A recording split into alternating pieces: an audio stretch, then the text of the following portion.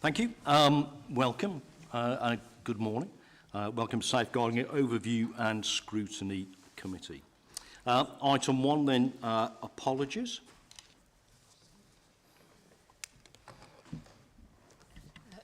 We haven't received any apologies, Chair. Thank you. Item 2, any declarations of interest? No. Thank you. Item 3, minutes of the last meeting held on the 15th of February. Has everyone had the opportunity to read them and happy that I signed them as a true and accurate record?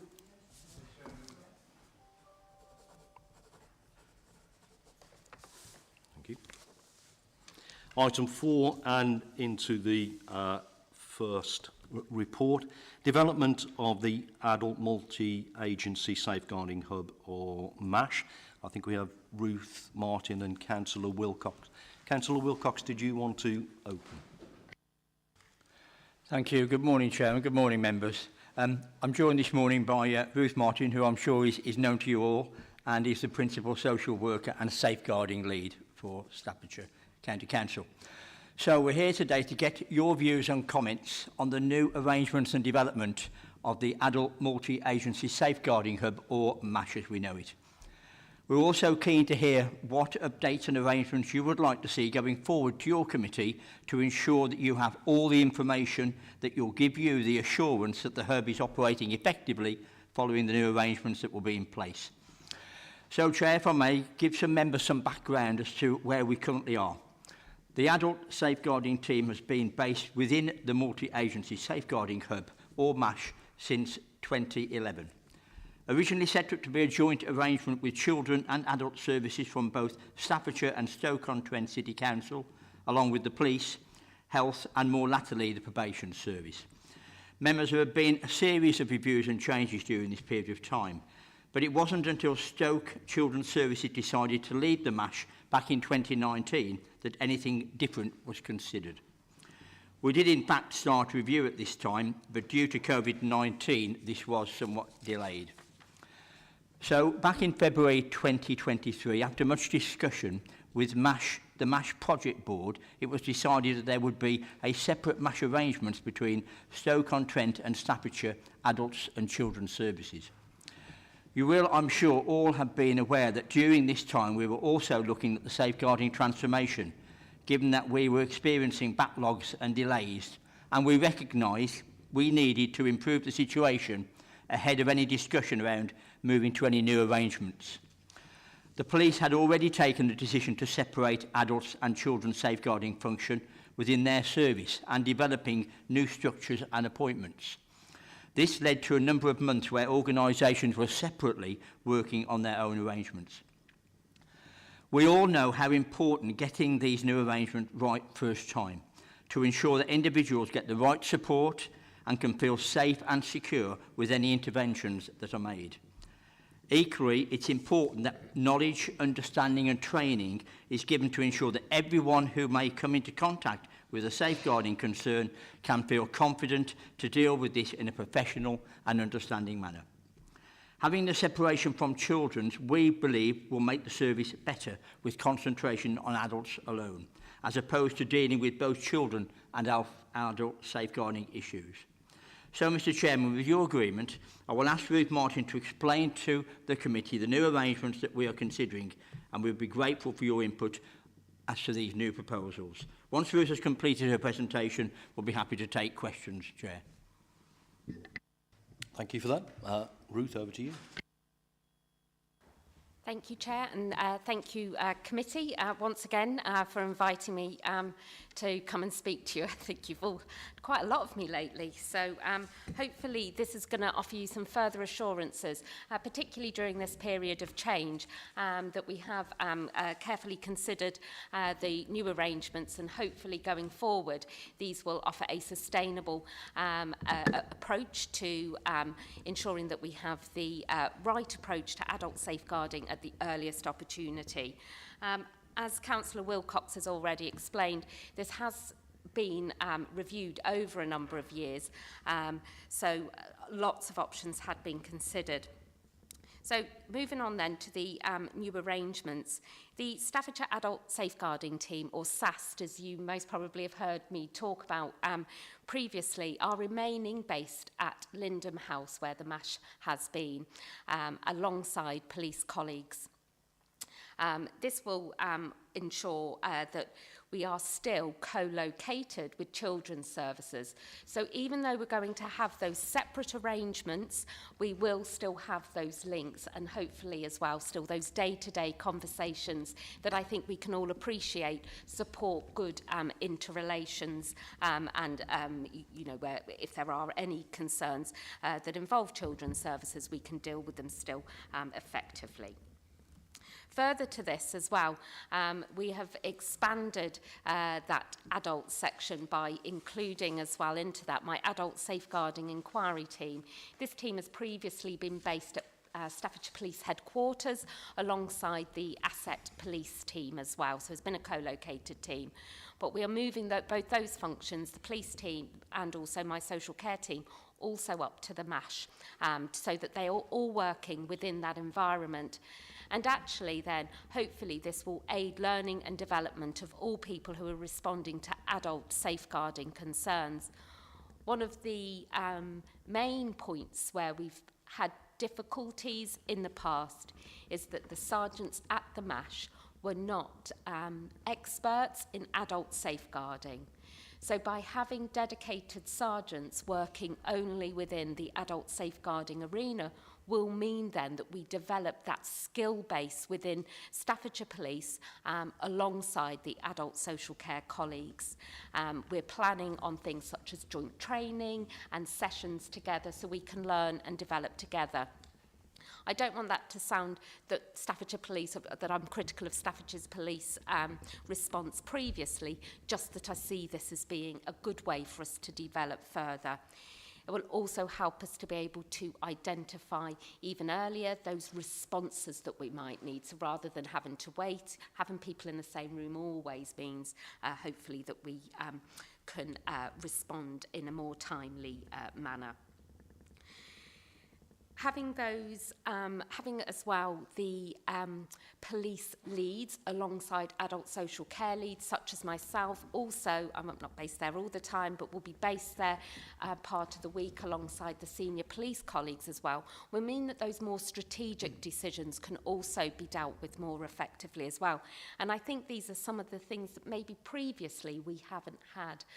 And actually for Staffordshire Police to take that decision to have an adult safeguarding function in its entirety, I think is a real benefit. And we are, you know, Staffordshire Police are one of the few that have really pushed this agenda, and we are so happy to be working with them to move that forward.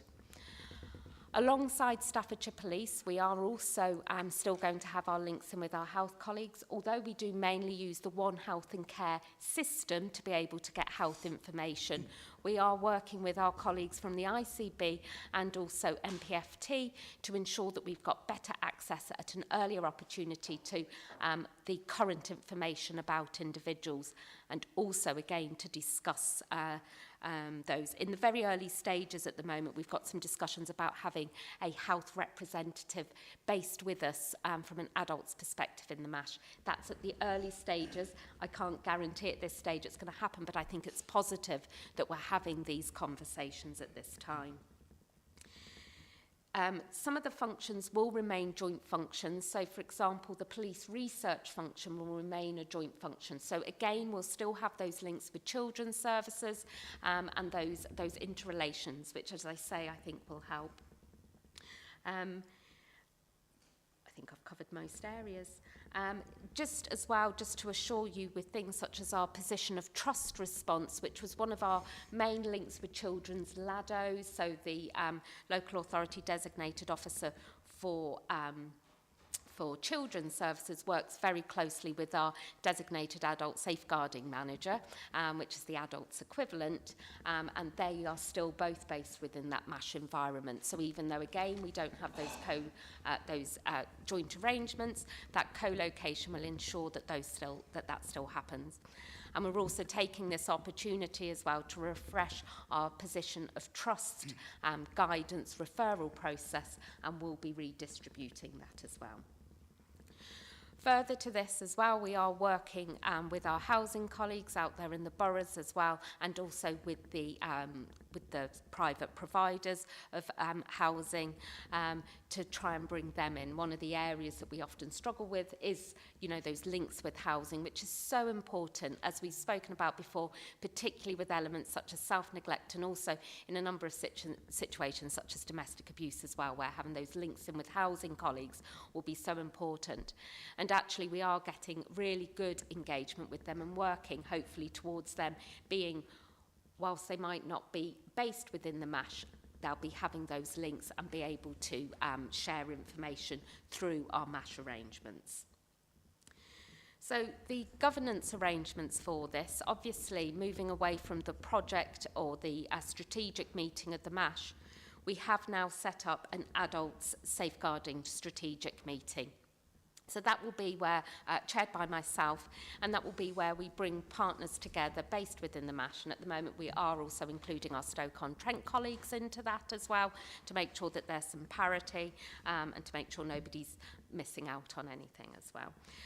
But they will be where we will discuss developments, ensure that we've got good processes and review that.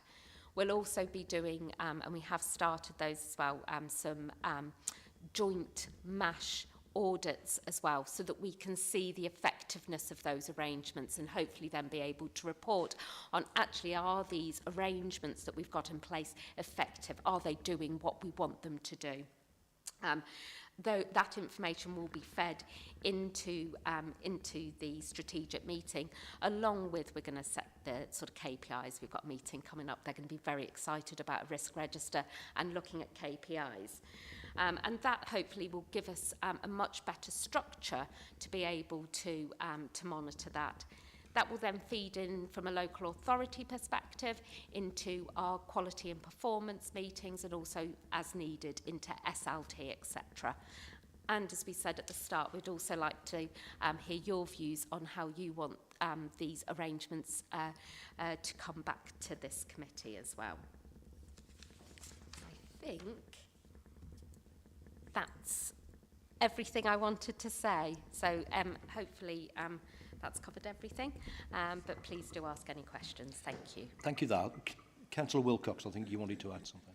Yeah, thanks, Chair. I just wanted to reiterate it. One of the real big advantages of this new system will be that, and we've often talked about it in this arena when I've been on the other side as members, about the cooperation, about the sharing of information and having that early intervention and making sure that people know what's happening. I think the very fact that we're co-locating will mean that we can act, hopefully, in a much more speedier fashion. And when there are issues, we can share them with colleagues because we're in the same establishment, which I think is a real plus for us. So hopefully that information sharing will get better, and we'd like to see that this sort of arrangement can be mirrored elsewhere in the health arena, particularly with bringing in the ICB and the NHS. So it really is a step in the right direction as we see it, and we'll really have a close handle and make sure that we are not missing any of the issues that come forward, and having the children still there at the same time will help that sharing of information. So that's a real positive as far as I'm concerned, in actually having people being able to communicate easier and quicker and sharing of that information. Thank you, Chair. Thank you for that. Just on that point then, and I think we all agree that there are some huge benefits to bringing all of those agencies together and all of those people and learning from experiences and sharing some of those experiences. And I think one of the issues that we've raised previously about Stoke-on-Trent moving away is what is the effect of that on things like intelligence? Because I dare say the borders around Stoke-on-Trent and Staffordshire weren't solid, and there must be some crossover somewhere. I suppose the point I'm getting to, not that we want to go back in any way, but are we happy, satisfied that that intelligence function and that we have all of the information and actually we're not missing important parts that affect young people, adults? Yeah, and I think that this is one of my main areas that as you know, I always speak openly with you all. I was very keen on the joint arrangements that we had with Stoke-on-Trent. But what we're doing, as I say, by including them as well in the moment in our strategic meetings, is trying to make sure that those very issues don't occur. We're both cognizant as local authorities of the potential for that to happen. We are at the moment as well still sharing the information sharing log, the ISL, that's the information sharing function within the MASH, and we're still sharing that with Stoke-on-Trent adults, so we'll still be able to share information in the same way. As we move forward and that changes, hence why it's still important to have those joint meetings, those joint arrangements in place until we can be satisfied that those new arrangements are not at the expense of information sharing that may then place adults at risk, which obviously is the thing we don't want to happen. And what I would say is we're still we still work very closely together. We still have a joint safeguarding board, as you're all aware, and at the moment those arrangements aren't changing at this time. And I continue to work very closely with my colleague Gina, the principal social worker over in Stoke-on-Trent. So we're very much aware of that. They'll continue to come to our strategic meetings until we're satisfied that those arrangements are safe. No, thank you for that. I think probably long before my time, but I'm pretty sure that someone sat here a few years ago saying just how vital it was that the two areas come together and all the intelligence and all of that. And I'm sure they made very passionate arguments around that. So we just, but we are reassured from what you just say. Councillor Snape. Thank you, Chairman. Ruth, 3 little points. You've answered a little bit in that one. The gap between children's services and adult services. When children become 18, a lot of the services really, in a way, drop off. Can we guarantee that there'll be no slippage between those who are 18 and those who are 21, really, as we move forward? I know we've got children in our care until 25, depending who they are, but there's no guarantee there. Can we guarantee that the computer services that are up and running, digital services, are fit for work from day one, really, because we can't allow anything to happen there? And the third thing is, you mentioned KPIs. As a scrutiny committee, we look at the good and the bad, as you know. Will you guarantee that you'll bring the bad to us as well as the good to us? It's a question we always ask, We want to know where things go wrong so we can learn from them as well. It's great when the good things come, but we don't always get various other organisations the bad things. We need to know those as well.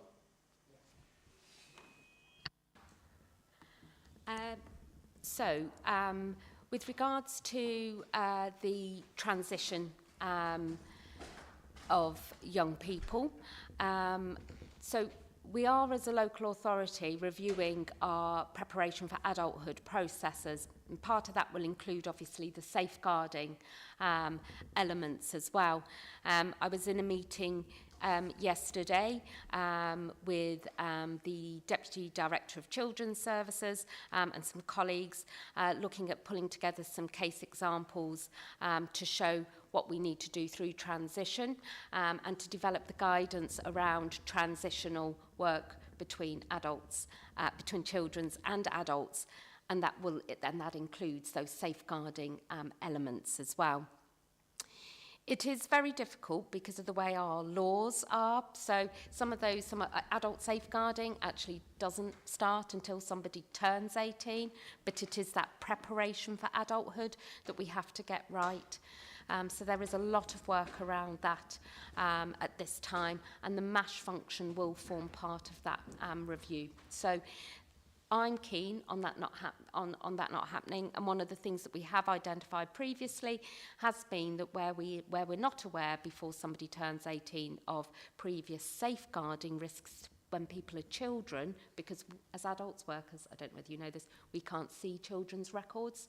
So I don't have access to children's records, I have to then, sort of request that. There are some people who work in our preparation for adulthood team who do have that dual access, but we don't necessarily have that access. So that's always a consideration as to how we get that information. And that links in then with that information sharing when you say about the computer systems. So we're not changing how we currently share information. So at the moment, we can still get the information through the ISL. So for children's information, we will always request that information from children's and they provide us that information. And that is the same, going forward. So we're not, as you know, making any changes to the ISL because of the fact Care Director is going to be changing in 5 years. So in some ways that gives us the assurity that any changes aren't going to be overly affected because we're still using the same systems, we've still got access to the same records and we'll still be working in that same way. And actually for, say, my safeguarding teams, that's then almost reassuring. It's less of a change, isn't it, if you're still using some of those same systems. And then with regards to reporting back to this committee, I hope I've always demonstrated, hopefully, that I will always come here and share the bad as well as the good. As I've said, I value this committee for that challenge and also actually for the support and suggestions that you have given us over the years, and I can't imagine that that would change. I think it's important to have that openness and transparency and as well, with a number of these meetings as well being within the public domain, that actually there is that assurance that if things aren't going as they should be, we are open because we want to resolve them. That's always the most important thing. So absolutely, we will set out what the expectations are so you know what we should be achieving, and I will report on the situation as it is, the good, the bad. Yes. I'd just like to say, really, it's great having Councillor Wilcox there, coming from his side to that side, so we know you understand what's going on. But also I was part of the visit to the MASH, and I came away from there confident that things were improving, very, very happy, spoken to staff. They knew what they were doing, and that they're enjoying what they were doing, the way they came across from the moment, the emergency teams, all the way through the people we spoke to. It was really very, very assuring. Came away very, very happy. Thank you for that. Councillor Perry. Thank you, Chairman. Thank you for the presentation. It sounds exciting. I wouldn't use the words exciting, sensible, interesting progression that you're coming forward with. I just wonder, though, on a bit of a negative side, maybe. Sorry. Because you're working together with organisations, if something should happen to go wrong, who takes the sole responsibility for anything that might go wrong? Because we tend to be a little bit of a blame culture when it comes to things like this. One organisation will blame somebody else for not picking something up.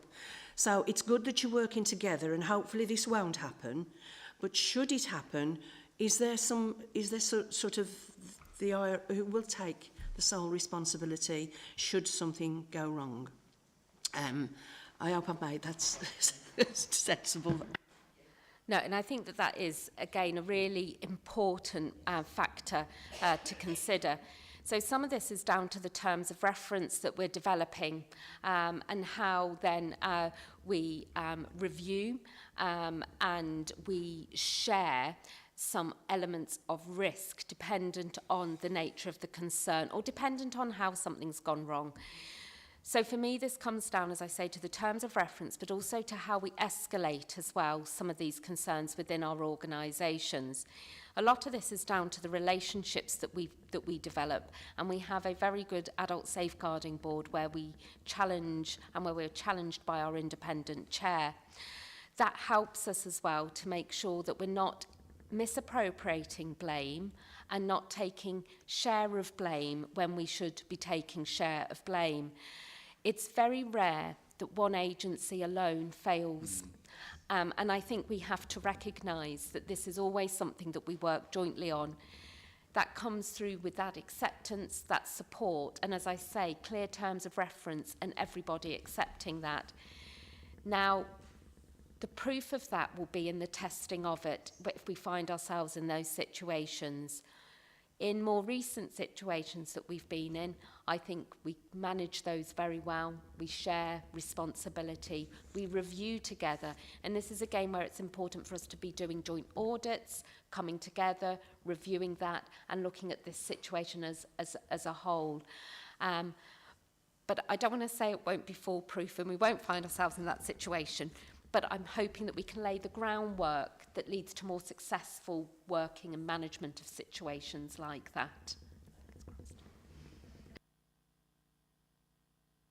Thank you for that. I just wanted reassurance, and I'm sure other members would as well want reassurance on that. I can just wish you all the success in, and hopefully, and it'll be interesting to watch what goes on as you progress on this way forward. Thank you. Thank you. Councillor Wilcox, I think you wanted to add something. Yeah, just to add that, to give some reassurance to members, I think most importantly, when things do go wrong, our first priority must be to put it right, and that we do all we can to put it right with the person that's been affected.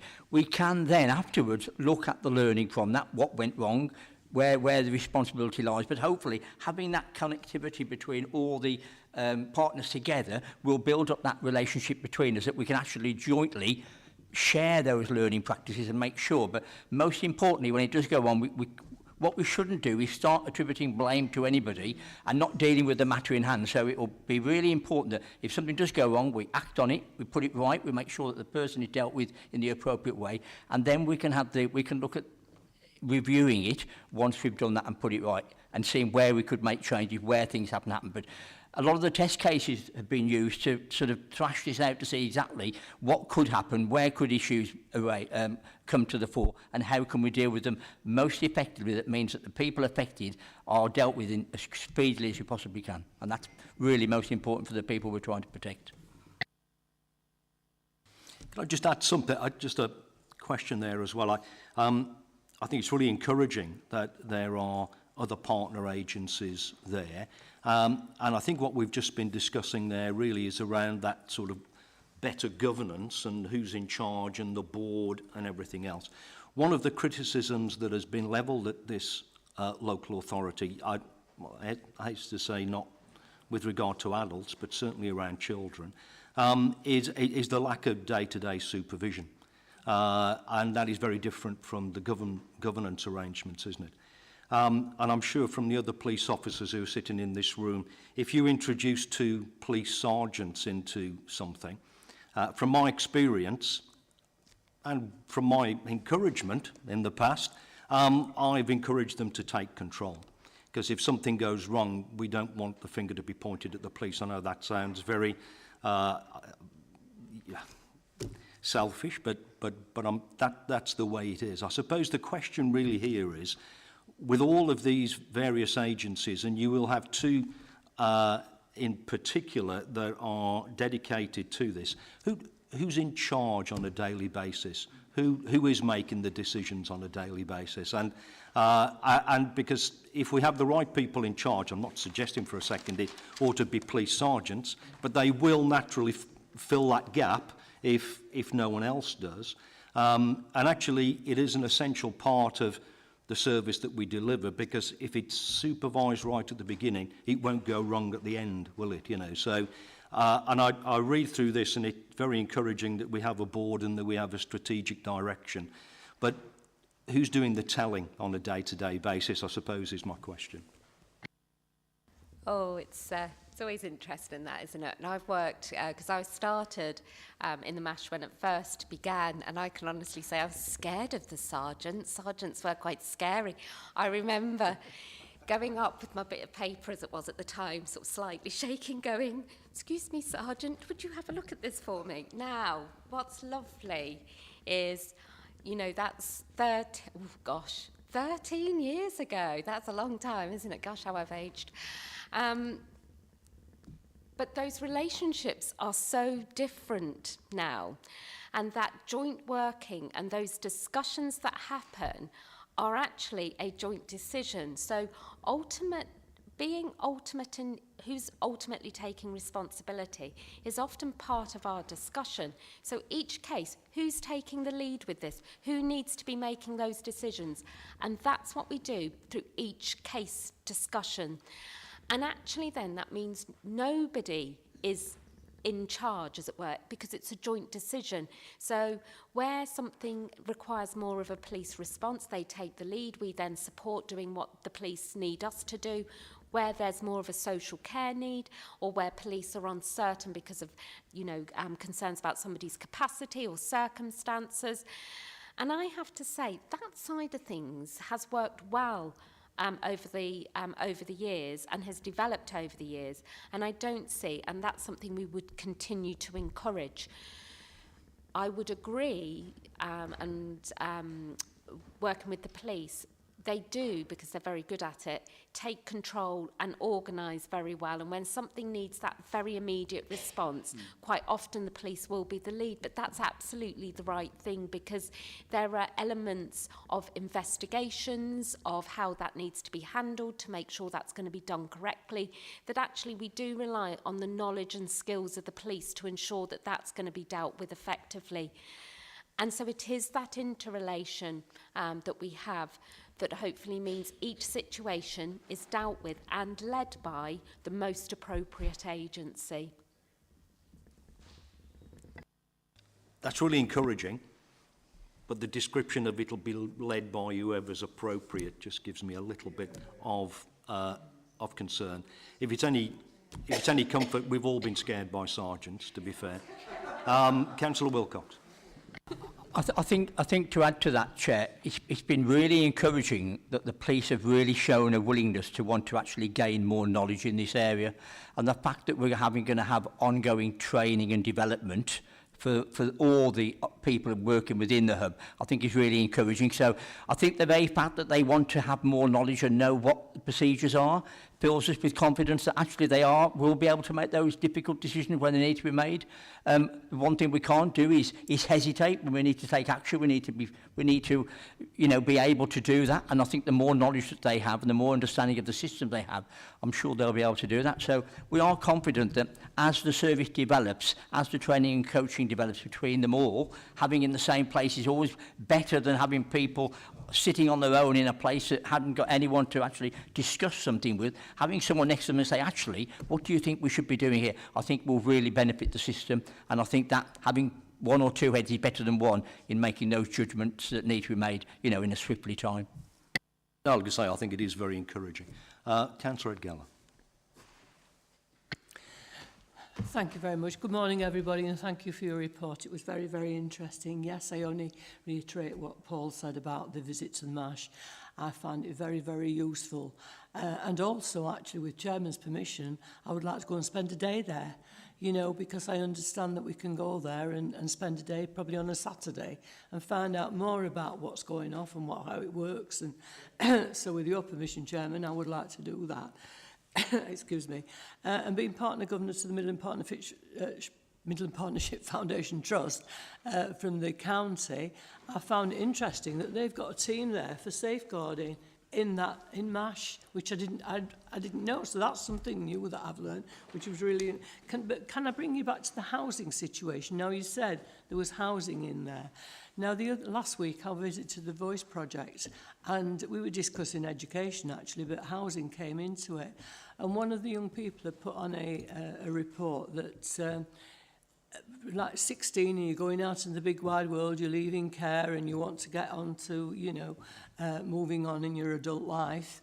But it puts moving into hostels is not the right and I thought this is really a safeguarding issue for children that's moving out of care into the big wide world, and being put in a hostel is the worst place that you could possibly put a child in a situation like that. So with you saying about the housing team being in there, if we have got children that's gone missing or whatever, will you be looking at the housing situation with that in mind?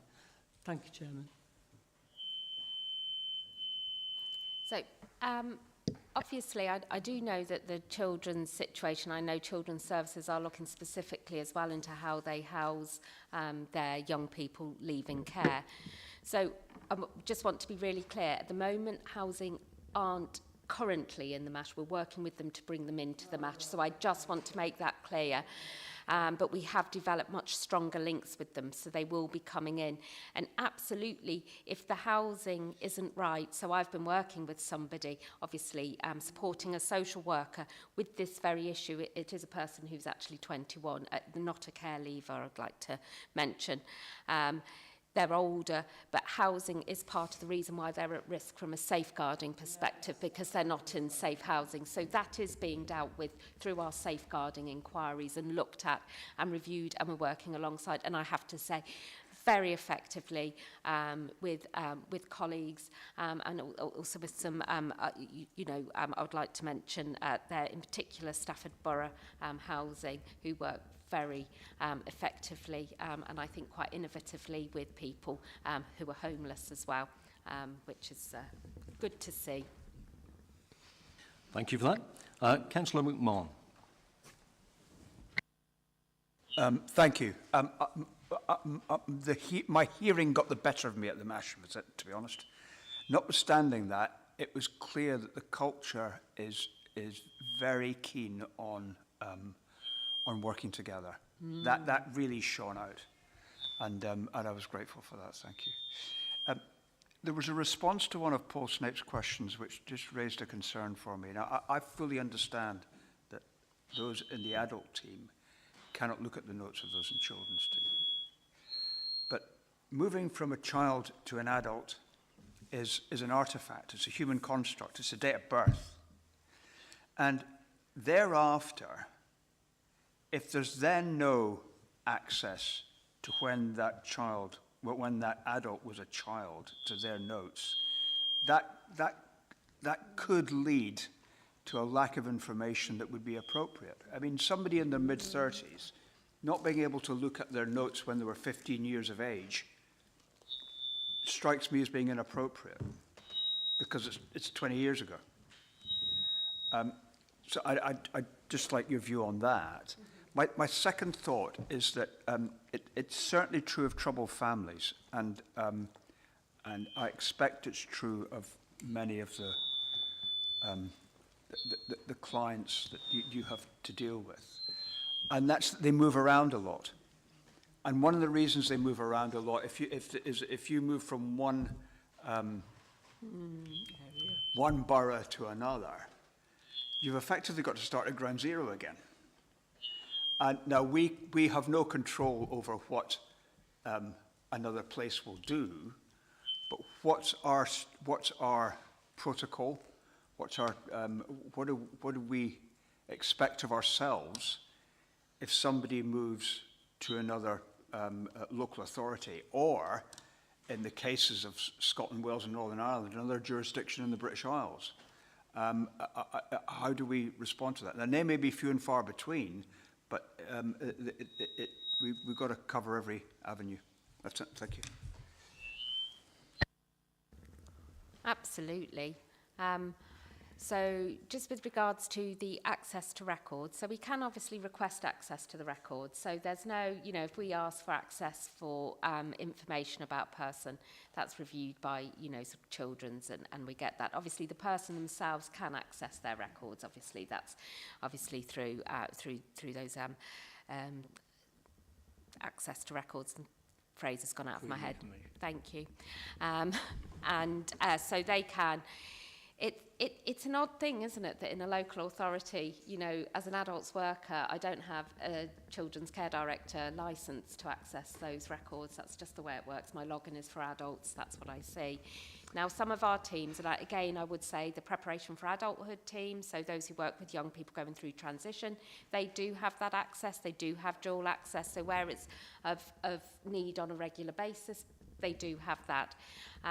We do also seek to get read-only access for people as well. So we are looking at that, say, for our advanced practitioners, etc., in the MASH, so they would be able to see them. Obviously, they wouldn't be able to add or change anything, but they wouldn't need to. But then, hopefully, then any safeguarding risks, etc., can be picked up that way. And I think that that's important. But it is something, and it is something we talk about quite often. It's the same if, I don't like to mention another potential problem, but you know me, I am honest. With people who are open to our mental health teams, the majority of their records are on Rio and not on Care Director. So we have that problem as well, and we are working around that, and we are getting access to Rio for our safeguarding teams. It's taken a while. Don't get me started, but we are nearly there now. So it's been a labour of love, that has. But it is getting those things sorted that I think is really important, so that when we are able to make defensible decisions at those early stages, and that we're not missing out on that information, which, you know, with some people, what's happened to them as a child really does impact on their situation now, and we can't lose sight of that. So these things are reviewed. On your second point, with regards to people moving between areas, the Care Act actually really helps us with this, because it makes it clear to us what our responsibilities are, even moving between jurisdictions as well, over how we should be engaging with people. So if we know somebody from our local authority is moving into another local authority, the Care Act makes it clear we should be giving sufficient time for people to be able to do an assessment, other people to get involved to complete that assessment.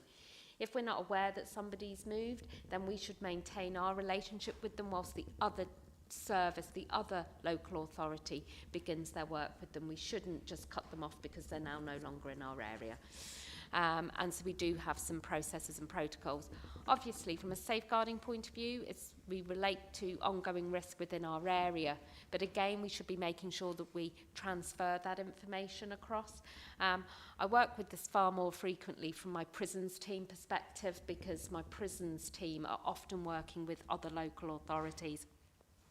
So we have sort of processes and protocols in place for moving out of Staffordshire prisons into other local authority areas.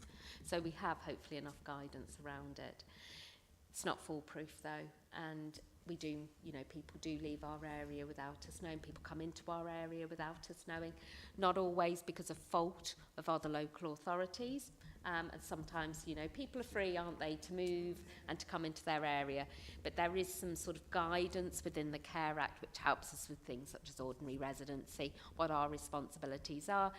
So just to give you a bit of an example, there is a part in the Care Act that says we should meet urgent needs even prior to doing an assessment and before establishing ordinary residency where there is that need. So if somebody comes into our area and it's clear that they have urgent needs that must be met, we should meet them before we complete an assessment, before we have established ordinary residency, just in the short term, obviously, whilst we then establish all of that, but we should be ensuring we meet those urgent needs. And that's the same for us, it's the same for all local authorities.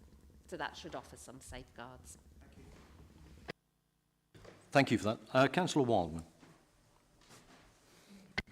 Thank you, Chairman. So this is a question about the Lado service, which came up at the Ofsted report, and it's connected with the performance audits or monitoring that you'll do at the MASH. So I think from this report we can see that there's going to be some analysis of the timeliness of response to safeguarding concerns, which is obvious. Why did we let the Lado service sort of end up in a situation where, according to Ofsted, not all cases have a multi-agency safeguarding meeting? How do we miss that capacity issue? Was it because we just didn't have the performance data or information about capacity available to us, or did we just think, do you know what, it's not as much of a problem as we think? But Ofsted actually did think it was a problem. Thank you. I am sorry, because Lado isn't in my area, so that sits very squarely with children's. So unfortunately, I don't feel I'm in a position to be able to answer that. I am sorry. Obviously, from a DASM perspective, we have learnt from some of that information that's come back from the LADO concerns raised by the inspection that's been completed for children's services. That's why we're refreshing our governance arrangements, our documents around that, and actually when and how we hold meetings, etc. We will be doing those audits of our cases that related to our adult position of trust issues, but I am sorry I can't answer that particular question. Slightly. I'll go again. Which, if you have capacities in your area, so adults, would that be picked up with the new performance framework data that you're going to find?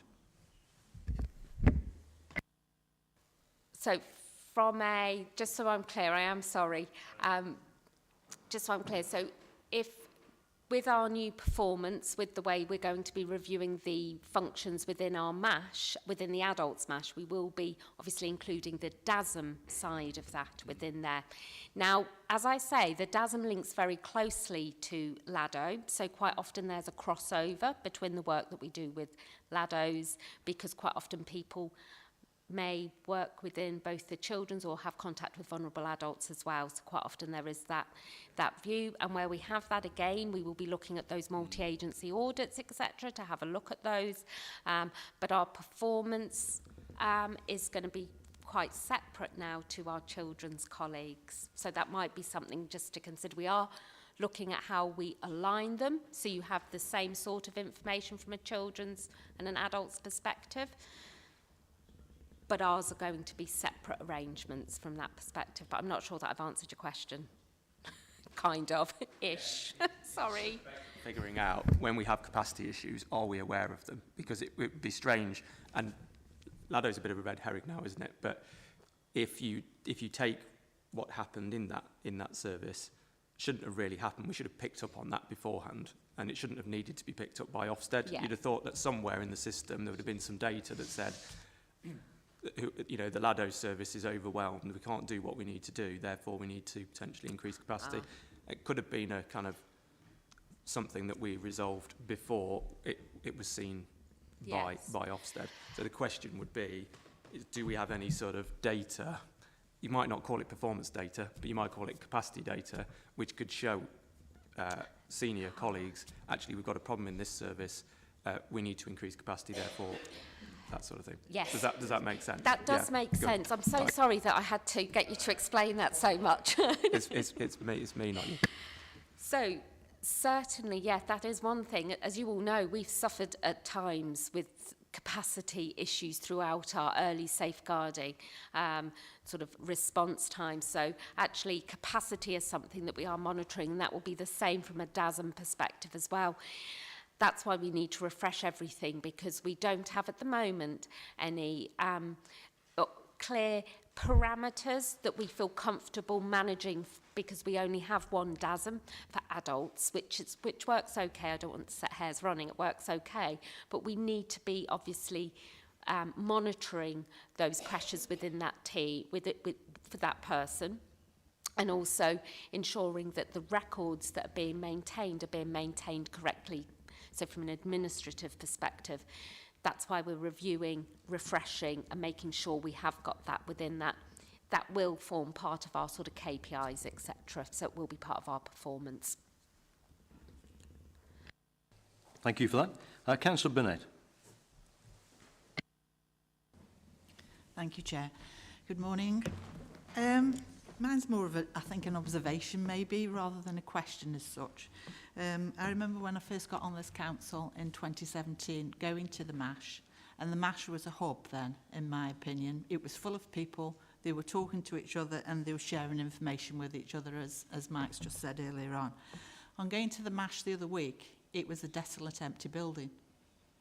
There was a couple of people downstairs in one room, a couple of people in a big room. There was a few people upstairs, but no one was having these discussions and talking to one another and that. And so I can't see how we've moved forward by putting these changes. I know we've had difficulties because of COVID and that, but surely everybody should be coming back into this hub now, and they should be talking to one another, not working from home all the time. And I just don't think that the MASH is going to work if people carry on working from home. And I also think as well, I'm quite disappointed that we're not working with Stoke-on-Trent anymore, because my area, where I represent, backs onto Stoke-on-Trent, and it's literally a quarter of a mile away from me. And I come under Stoke-on-Trent for a lot of things, as well as Stafford. And now I feel like I'm sort of torn in two halves.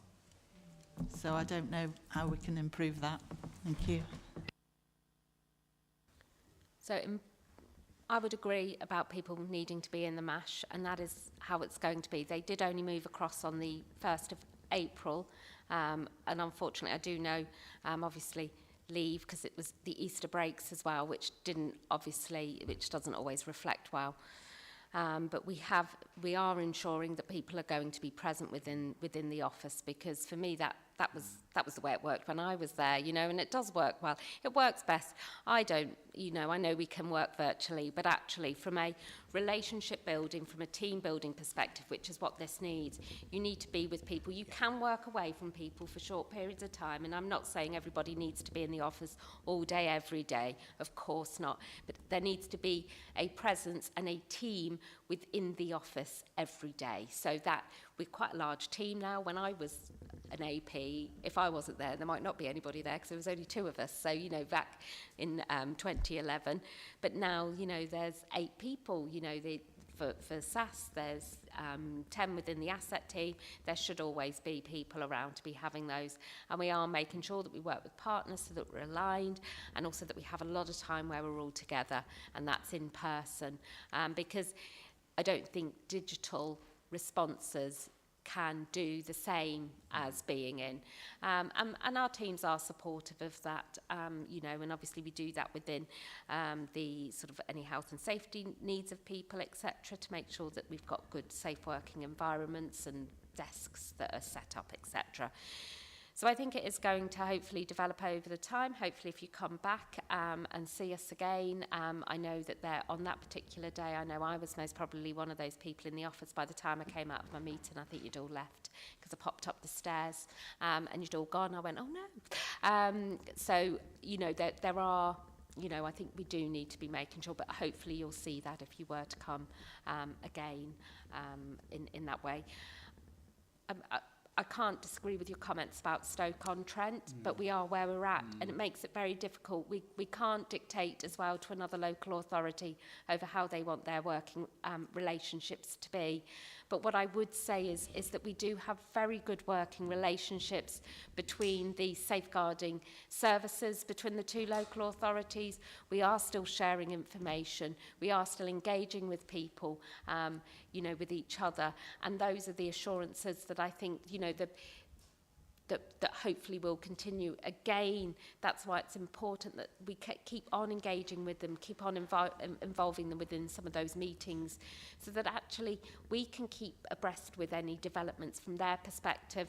And if we are having any difficulties with communication or are identifying concerns from that point of view, then hopefully, you know, we can address those.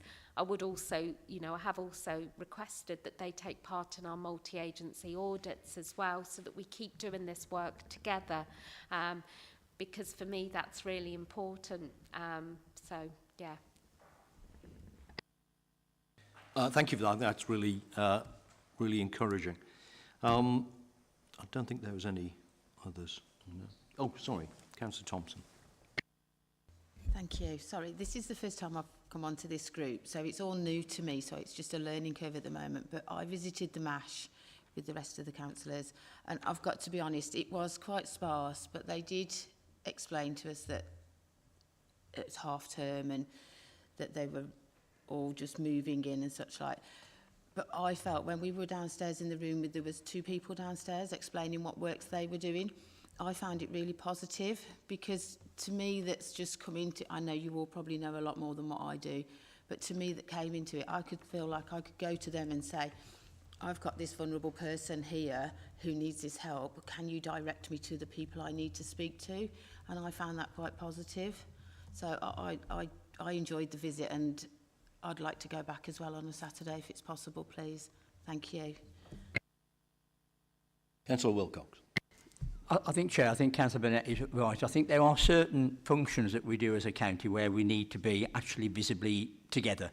And there are others where we don't need to, and remote working can work. So I think over time you will see that we will be bringing people back in to the one place, because I do believe that having that connection and being able to discuss with colleagues face to face, I think adds value to it.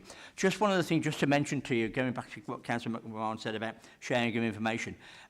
Councillor Mark Sutton, responsibility for children and young people, and myself brought a paper to Cabinet yesterday about looking at a new case management system, a joint case management system for adults and children together that we're developing on the back of the fact that our existing operator has decided they want to exit the market. So we have the opportunity through a new procurement arrangement now to make sure that a new agreement, when we bring it forward in November 2027, will have all the components within it and all the information from all the partners within it that will give us a much better system where we can talk to all and we can see everything. And we can bring in more digitalisation into that, and we can make the actual offer for the customer that uses it, our residents, a better experience. So I think that is something that's really exciting, because I think it will bring adults and children closer together in that sharing of information, so that we don't have the situation where they go from childhood into adults where we're missing that opportunity. We will have all that information hopefully in one place where we can hopefully access it much better. So that's really good, and that's being developed as we speak, and that went to Cabinet yesterday afternoon. Yesterday morning. Was it yesterday morning? Now, that sounds really good. I think that certainly is the way forward. Give the last word to Councillor McMahon. Thank you. There's a window of opportunity here, I think, in terms of the software and what you use, and that's other agencies. We ought to be able to read each other's stuff. Not everybody, but particularly those in the MASH. And health ought to be able to read our stuff, and vice versa, on a strictly confidential basis. And I just wonder if that opportunity avails itself with this new proposal, because we don't want to miss out on that, do we? I'd like to say, Chair, that yes, it will, and I might well be speaking out of turn here, because it may not. And Councillor Sutton may well, when he comes to the table, you may well be able to ask him the same question.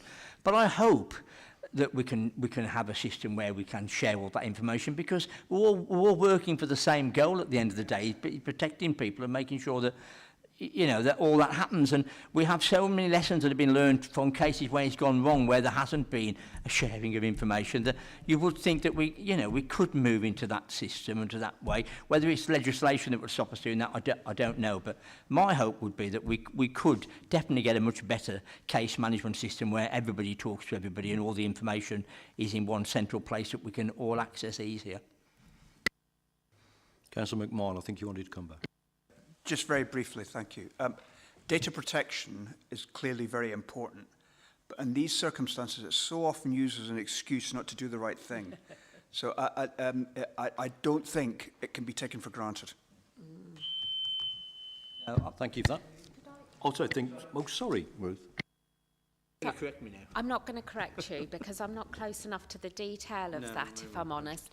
But what I would say is that One Health and Care that we do now use has really opened up our the doors to information from health and from other agencies that we haven't previously had access to. So hopefully some of those concerns that people may have previously had about the sharing of information, or can we access this, what can we do?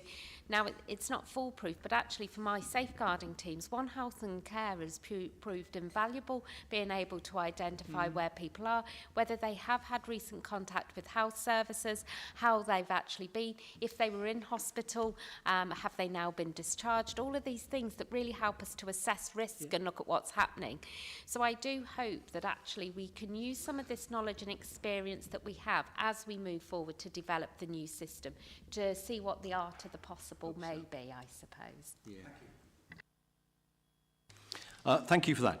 I think just by way of wrapping up, thank you for the report and thank you for coming along and answering all of those questions, being under the microscope for an hour. I would remind everyone that this is an area of business that certainly every report I've seen is consistently good. And I do think that these arrangements will only help to further improve that. I think it is encouraging to see the way that it's going. I think all of those slight difficulties that we've all already identified sound like we already know about them, and I think that's half the battle. I'm going to sound like a bit of a scratched record now, because for the last almost 2 years, I have always complained, and it is a criticism that's been made not only by me, but by outside people, that we don't always get the data and the performance right. We end up with reports that talk about different things.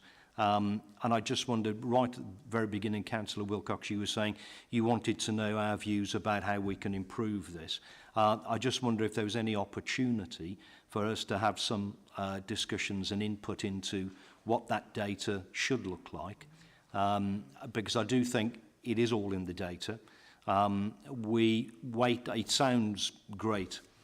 Whether it works or not is another question. I have every confidence it will. But I think if we've got some peer-reviewed data or something that says this is how other areas do it, that would be ideal for us to reassure ourselves as we move forward with it. So I think that would be my request to you if you are interested in how we see this developing as well. Chair, I was waiting for you to bring that up because I know full well that around data that many of you have had issues in the past. Yeah, we want to work with you. We want to make sure that the data you get is relevant and that you have some understanding and it means something to you and us. And at the same time, I really want to pay sort of tribute to Ruth and her team who do and have done a fantastic job and still are doing a brilliant job for us in the MASH and all the work that they do elsewhere apart from that. So, you know, long may that continue. But I do think, yeah, we want to work with you and we do want to bring information that is relevant to you and that you can get, you know, really get into it. And I know as being part of this committee, it's really close to me that we make sure we do that. One of the things I forgot to say at the beginning was Councillor Paul Northcott would normally have been here today, but he's at another safeguarding. So I think his apologies probably just need to be noted as well. But no, we're more than happy to come back at whatever interval, Chair, and happy to have that conversation with you as to what sort of data you and your committee would like to see going forward. Yeah, definitely. Thank you for that. I think we would echo those views about the hard work that's been put in. Ruth, I'll give you the final word then. That's it. Oh, don't give me the final word. Oh, that leaves me with some sort of task to do. I just want to say, just with regards to the data, if it would be helpful, once we pull together the data we intend to produce, if we share that with this committee, you can have a look to see as to whether that's going to be useful for you and then give feedback on what else, what different, what changes, or, you know, if that would be of benefit. As I say, and I genuinely mean it, I don't want this to sound like I just say it as lip service, I really value this committee for keeping me and my teams working, and working to make sure that actually we are delivering what the expectations of our local communities are. You know, you are that really key foundation for, you know, the links that we have to that. So that opinion and those views back, if we can work together to ensure that we all feel assured or not when things aren't, you know, if things don't go, because I'm a bit like you, I say this all looks good, we're all very confident at the moment, but we all know that these are challenging times, and so this may, well, hope, you know, like I say, I'm sure it will work, but we may come across difficulties going forward, and we are going to need to work together to make sure that we can keep safeguarding our communities as best as we can. Thank you. Thank you again.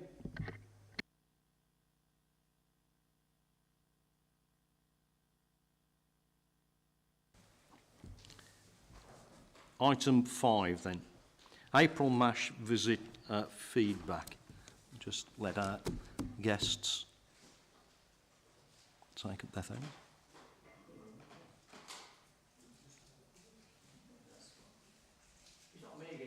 No. You'd be glad to know, yeah? Yeah.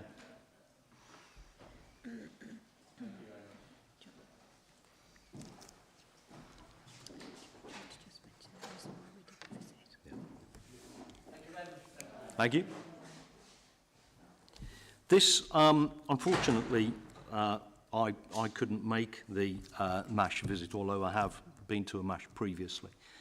It came from what I thought was a very critical report from the independent chair of, I think, Children's Services, I think, wasn't it, around that? And I found it quite shocking, as I'm sure most of the members did. We then had the head of MASH describe the report as something that he didn't recognise, and there was then an extension, an invitation to come and visit and see for ourselves. I'm incredibly grateful for all of those members who did turn up and have a look. Really, I'd just be interested, and I know we've already heard a few views in the last item, but I'd be interested in hearing what your views were from those who went along. Paul, did you want to start? They were very professional. They were open. They came across. If I look from the police point of view, the superintendent had done her homework. She'd done research. She'd watched our last committee meeting. She'd made a note. She knew what the questions we'd asked, and she was ready to answer those questions. The downstairs, which is the first reports, I think it was Sam, said how great they really were at referring. They knew they were people who had been there a long time. I think they said something like 50 years between them in the department. They knew what was going on and where they were coming from. I must echo Gill's comments. It was like the Marie Celeste when we looked, really. And just because it's half term, to me, isn't a reason to being there. It's a 24/7 department. So that doesn't, to me, hold any water. Just because it's half term, it doesn't mean they can all stay at home. Police officers, hospital staff, solicitors even have to work during half term. So everybody else should do as well, sort of thing. It's such an important thing as safeguarding children and adults.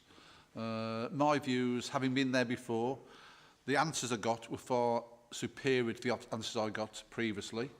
They did seem to be working together, and that's what it is all about. So I came away feeling very reassured. What Clive had told us seemed to be the most important thing, and it did seem to go through, where the initial reports from the independent perhaps didn't hold as much water. I'm not saying who is right, who is wrong. It'll be the long term where we see what goes on. So generally, we're quite reassured by what I was reassured. That's my personal view. I mean, I've got to be honest. Yeah. We were all there. We all asked different questions. It's a committee, and I would never try to speak for the whole committee. Councillor Geller. Yes, thank you, Chairman. I only agree with what Paul said, actually. You know, it was a very good visit. I think, and the feedback we've had on what we've had back from them, which is that the slides and everything was quite interesting, so we've got that information there moving forward. And as again, I come back to saying that I'd like to spend a day there, and probably some of the other members would actually, just to pick up a little bit more as to the information that we can add to this committee. So I shall be in touch probably with your permission, Chairman, with Clive Cormant for us to arrange to go on Saturday. And and learn a bit more about what's happening. Yeah, thank you. Thank you. Yeah, I found it very interesting. I hadn't been there before. I echo the points around the working from home situation. I would say it was a Friday. So if you combine Friday and half term, in any workplace these days, that is probably going to be a quiet time. Nevertheless, it's a concern I think we have. There are a couple of points that I raised around information sharing and specifically asked them the question about whether they recognise the comments that were in the independent chairman's report. I think there was an acknowledgement that they did recognise those comments actually. So his comments were stood up that's a question. Is that the right term? There was an acknowledgement, I think, that they were on an improvement journey. So a couple of things. One is I was concerned about the fact that police teams were moving in over the last few weeks, and that was going to be part of the new arrangements. And I was surprised that that hasn't been the case for years, because we always hear of the MASH as something that's been going on for, a decade or more. So that was a concern for me, that we were only just doing it now. And the second point, around performance and auditing, again, it seemed to me that was something that was only coming in place over the last few months. And I unfortunately think that is a result of the additional police scrutiny that's been had over various reports. I don't know the names of them, but I know that there's been reports made about the police. That report, and also the Ofsted report for Children's Services, which I think might have pushed some new arrangements. So, whilst I was reassured by what I heard, I think there were a few signs that actually we're still on a journey here, and it still needs to be scrutinised carefully.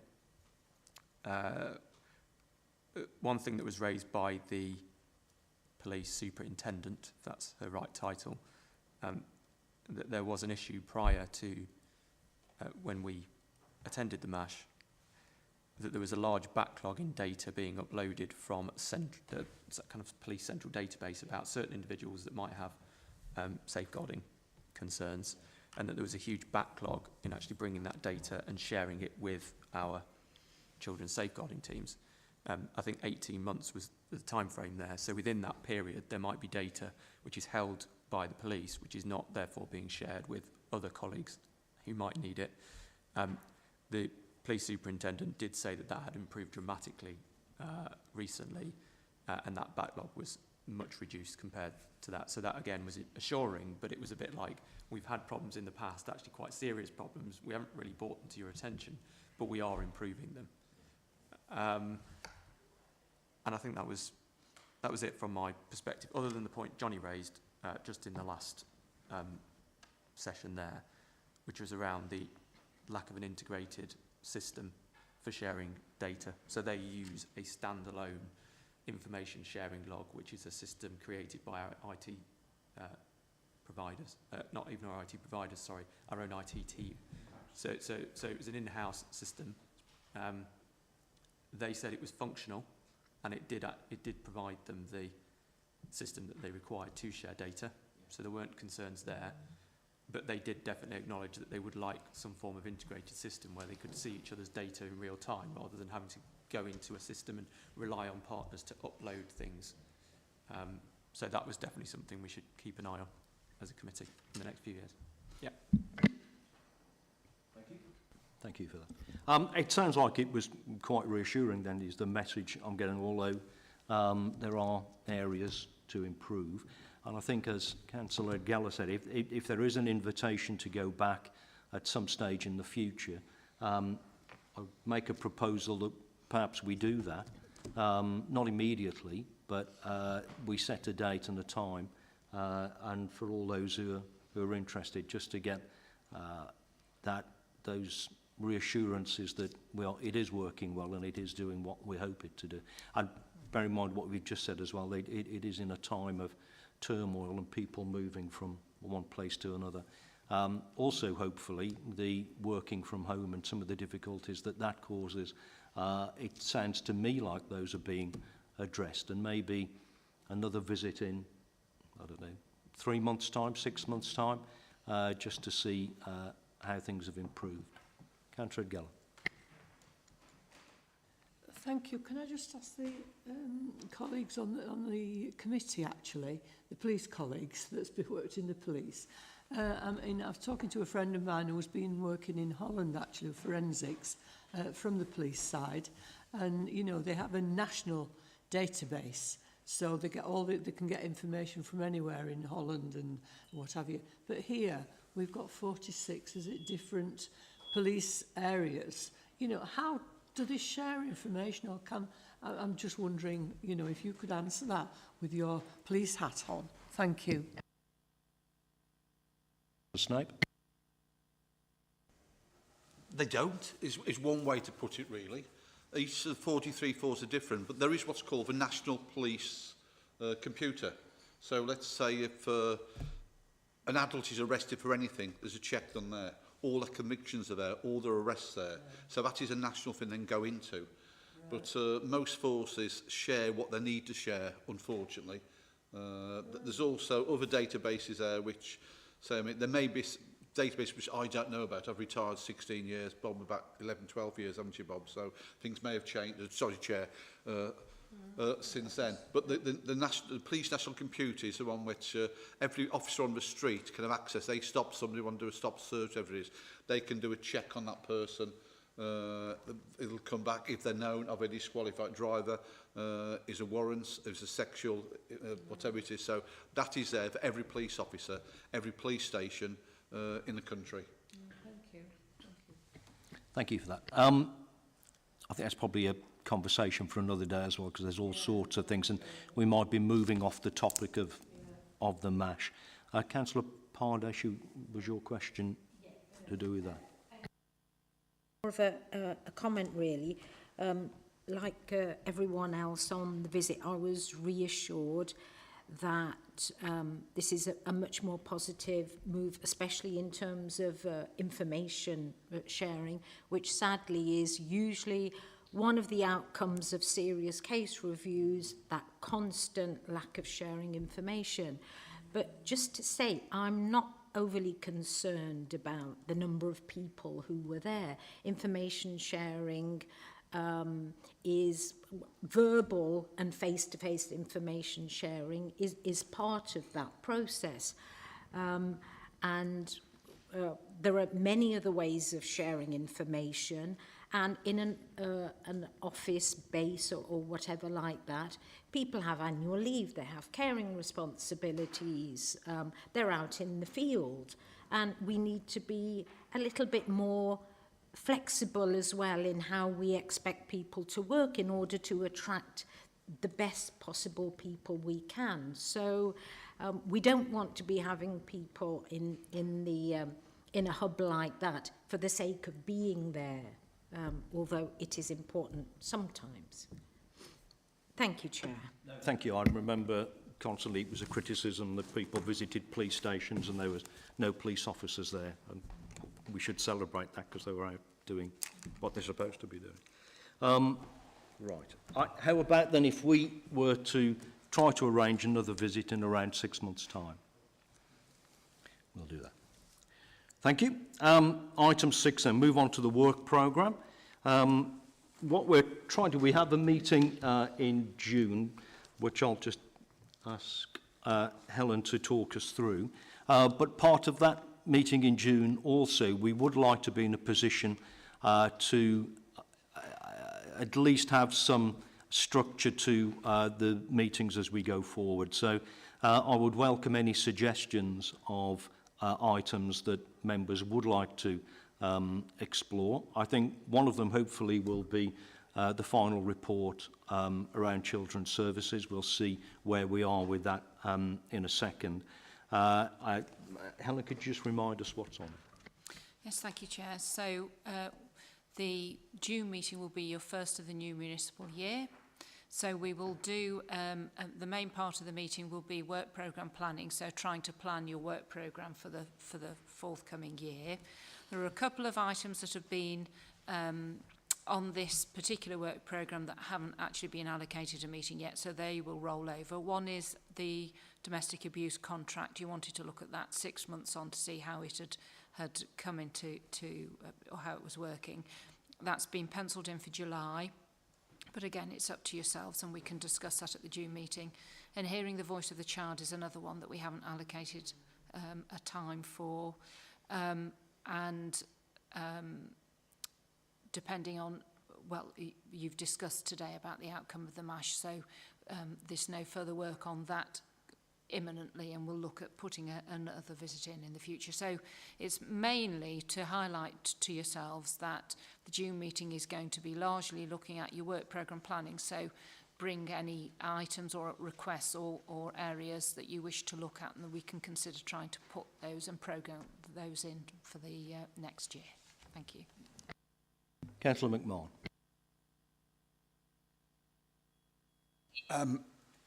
I may be speaking out of turn because I don't know if we're entitled to look at this. But Ruth did mention prisons. And we know that there's a lot of people who are particularly vulnerable in prison. And I expect that there's a lot of safeguarding issues in prison that never see the light of day. Here, here. And I do wonder whether that is something that we can look at, whether we can get the appropriate people to come and present themselves to the committee is another matter. But the prison population in Staffordshire is quite high, and as elected members on behalf of our residents, I think that if we are legally entitled to, then it's something that we ought to consider. Yeah, I absolutely agree. I think we perhaps need to work up what that needs to look like. I'm sure there's an equivalent of Ofsted for prisons or whatever it might be. So maybe we can go away and have a look at that and then bring a proposal back. Councillor. Yes, just to add what John has just said, actually, we've got 8 prisons in Staffordshire, which is quite high compared to with other counties in the area. So I really appreciate what you said, and having gone through the system with my son with this prison service and that, I really appreciate what you just said, because I visited actually Parkhurst prison a few years ago with Neil Carr, and went into this building there, walked in there, and when we came out, I was in tears, to be honest with you, and he said, what did you think of that, Anne? And I said, there's more people on the outside that should be in there than because all those people in that building were suffering with mental health problems. So, yeah, so I appreciate what you just said, Johnny. Thank you. Councillor Snape. I was actually told it was 9 prisons with the youth offending one as well. Oh, right. The High Sheriff is responsible for prisons. That's one of the roles that goes with the High Sheriff. So liaison with them, I'm sure we could get access into them. When I was a legal advisor, one of my things specialised was in prison law, representing prison in prison. And I go exactly what Anne and Johnny have just said, really. It would be good to look at that. And of course, in Stafford, we've got the prison that houses more sex offenders than any other prison in the county, in the country. So really, there were people who could be, I'm going to put it, a danger of abuse from other prisoners who are in there, really. So it could be something very different to look at, but also that could help a lot of people. Councillor Burnett had the last word, but I think we'll certainly work something up. Could we incorporate that with probation services as well? Because I think there's a big connection there, and when these prisoners or offenders come out and then they go back in again and they mix together and all sorts of things go on.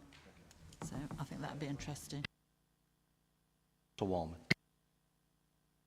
a completely different topic entirely, but I wonder, we always have reports from officers and cabinet members or independent chairman of the Children's Safeguarding Board, and it's quite rigid in terms of where we get reports from. I wonder whether we perhaps look at inviting partners or third sector organisations to present to us about their experiences of using our whole children's services system, so that we can get a different perspective on how it is out there in the real world.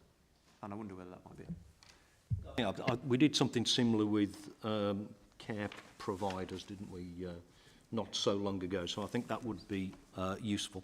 If you have some detail around that, then please share that with us, and we'll have a look at that, precisely what you wanted to look at. All done? Thank you. We'll move on then to item 7, exclusion of the public. the chairman to move. The public are excluded from the meeting for the following items of business, which involve the likely disclosure of exempt information as defined in the paragraphs of Schedule 12A, as amended, of the Local Government Act 1972, indicated below. Yep, we'll come back, grab a coffee and then come back.